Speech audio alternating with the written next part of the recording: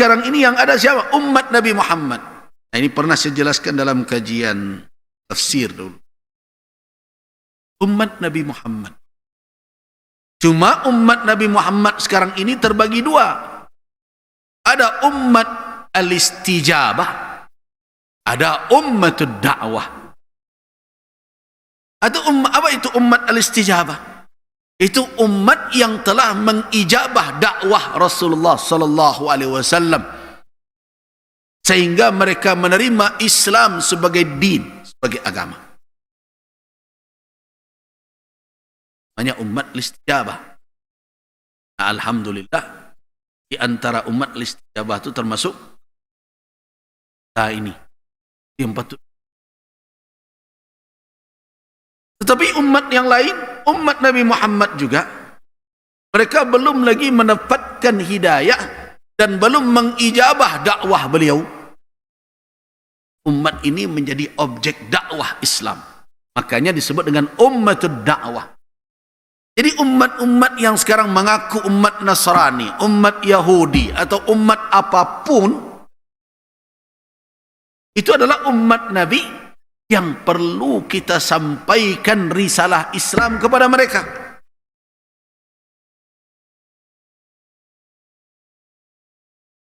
Yang perlu kita menyampaikan risalah Islam kepada mereka. Dengan apa? Dengan mau'izah, peringatan-peringatan diingatkan, yang bijak. Kalau perlu ada perdebatan, ya berdebat dengan cara yang terbaik agar risalah Islamiyah sampai pada orang-orang itu, pada umat Nasrani, kepada umat Yahudi, kepada umat Hindu, kepada umat Buddha, kepada umat Konghucu. Padahal tugas kita menyampaikan risalah Islam.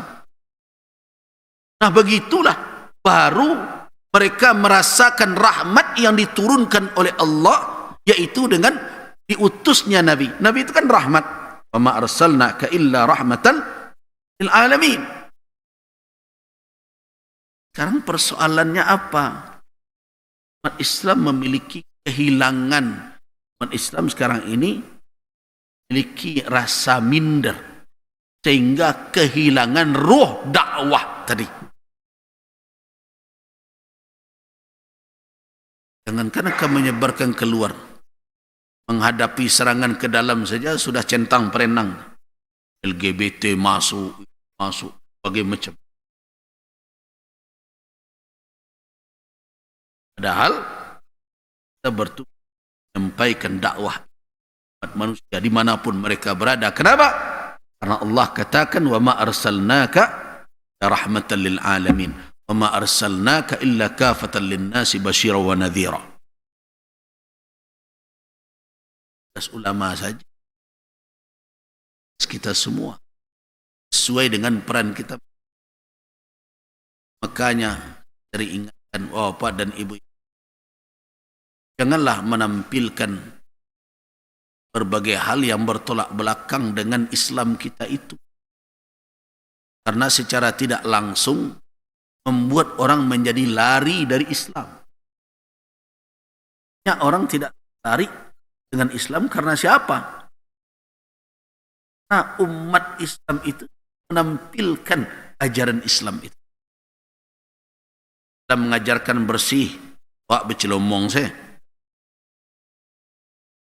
Islam mengajarkan kita untuk menjaga keseimbangan alam. Iyalah. Mana keseimbangan alam? Hanya banjir, tanah longsor. Macam. Islam mengajarkan kita sabar. Iyalah di jalan tu sado nak kamuku. Islam mengajarkan berkata lemah lembut. Iyalah media sosial. Apa-apa saja dibaca orang. Islam mengajarkan kita punya rasa malu. Yang nampaklah hilang malu. Nah, akhirnya apa yang menghambat orang? Yang menghalangi orang untuk tahu dengan Islam, tertarik dengan umat Islam sendiri. Jadi benar apa yang dikatakan oleh para pemikir, para ulama mengatakan al-Islamu mahjubun muslimin. Islam itu terhijab oleh orang-orang Islam. Sehingga orang tidak tahu hakikat Islam sebenarnya. Jadi orang yang masuk Islam hari ini banyak bukan karena tertarik dengan perangai orang Islam.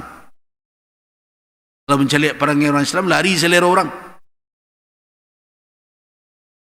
Kita yang berfatwa terus tegakkan keadilan, pimpin tak bisa dipilihnya dengan aran 50.000, 100.000, tapi yang paling rajin tak di saudara orang mintanya. Nah, Islam tidak bisa ditawar dengan materi, karena itu tanggung jawabnya dunia akhirat. Di awak materi yang perangai umat Islam seperti dilihat orang, membelakang orang kembali dengan Islam. Itu Islam tuh.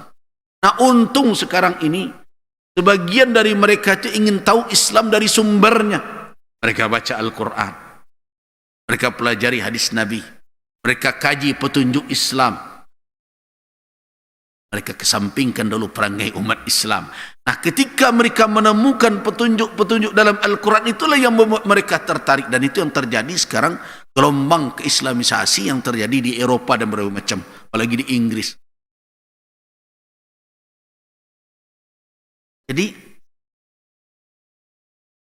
kita juga tanggung jawab dakwah. Kembali kita kepada cerita sirah Nabawiyah. Berarti masyarakat Makkah yang mulanya dihuni oleh keturunan dari Nabi Ismail dengan Jurhum adalah orang-orang yang bertauhid. Selama berapa?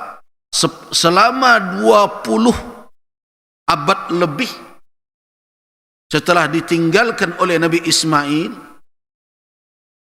20 abad berarti 2000-an ya.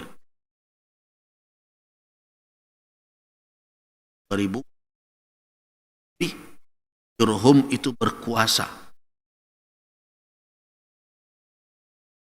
Tapi kemudian setelah Jurhum berkuasa, mulailah mereka lupa diri dengan kekuasaan mereka. Mereka ingin memonopoli dan berbagai macam. Maka akhirnya mereka terusir dari Makkah.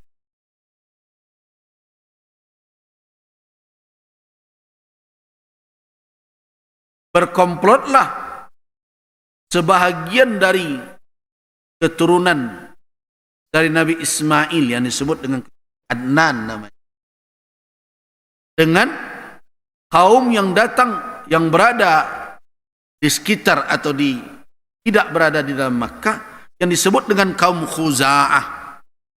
Akhirnya Jurhum terusir dari kota. Berpindah tanganlah kepemimpinan kota Makkah ke tangan Ta'ah. Pindah tangan ke tangan kaum Ta'ah. Nah, di antara kaum Khuza'ah ini ada tokoh yang sangat hebat, membuat orang kagum,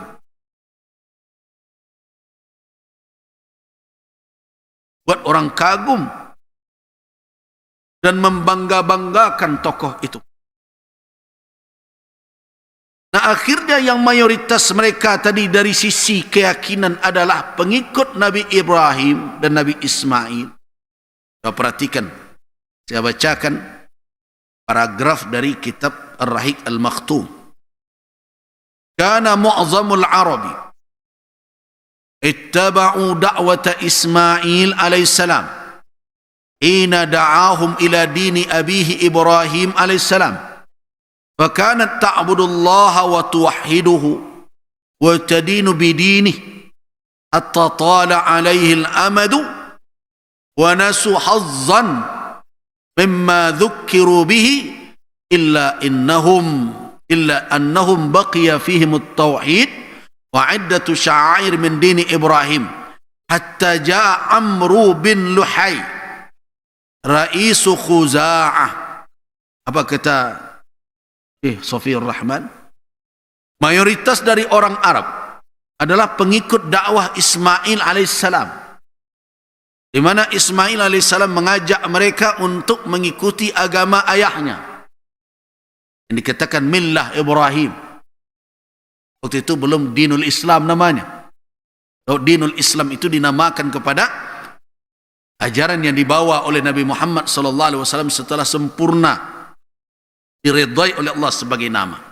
Itu yang dikatakan al-yauma akmaltu lakum dinakum wa atmamtu alaikum ni'mati wa raditu lakumul Islam madina. Kalau umat yang lain, Islam itu adalah sikap bagi mereka. Mereka aslamu, menyerahkan diri kepada Allah. Tetapi agama disebut sebagai nama Islam itu diberikan oleh Allah kepada din Muhammad, pada agama yang dibawa oleh Nabi Muhammad sallallahu alaihi wasallam. Nah, dengan dakwah Nabi Ismail mengajak orang untuk mengikuti agama ayahnya Ibrahim, bagaimana orang-orang Arab fakanat ta'budullah, mereka beribadah menyembah Allah wa tuwahhiduhu, dan mentauhidkannya. Jadi orang-orang Quraisy sebenarnya kalau diurut keturunan mereka ke atas, mereka bukanlah penyembah berhala asalnya. Mereka adalah penyembah Allah dan menganut faham tauhid. Hatta tala alaihimul amad, sehingga berlalu waktu dan masa yang panjang. Makanya bakok mengaji juga tarikh. Paklah lama ditinggal dek Nabi yang sampai balik abad lebih. Kalaulah sampai balik abad lebih itu dah lama. Kalaulah lama, mudah bana agama belok-belokkan orang. Makanya kan firman Allah Subhanahu wa taala dalam surah Al-Hadid,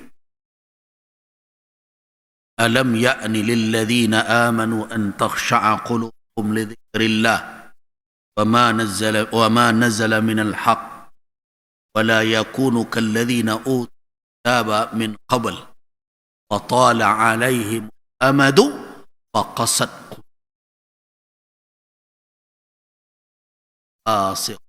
hati-hati, peringatan dakwah. Surah Al-Hadid ayat 6.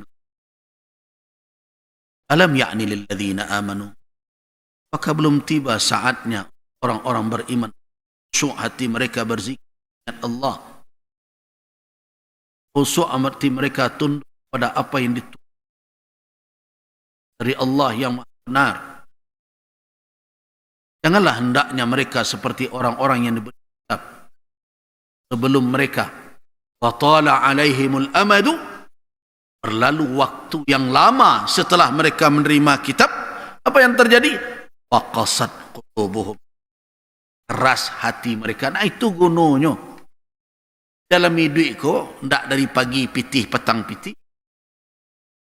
Ibu dunia harus ada hari awak, dan awak khususkan iko untuk mengaji, untuk mencegah jangan terjadi kekerasan hati. So kalau hati karek, ujung-ujungnya apa lagi? Bercampur aduk dan halal dan haram, dojo onde-onde. Itu namanya tu fasik.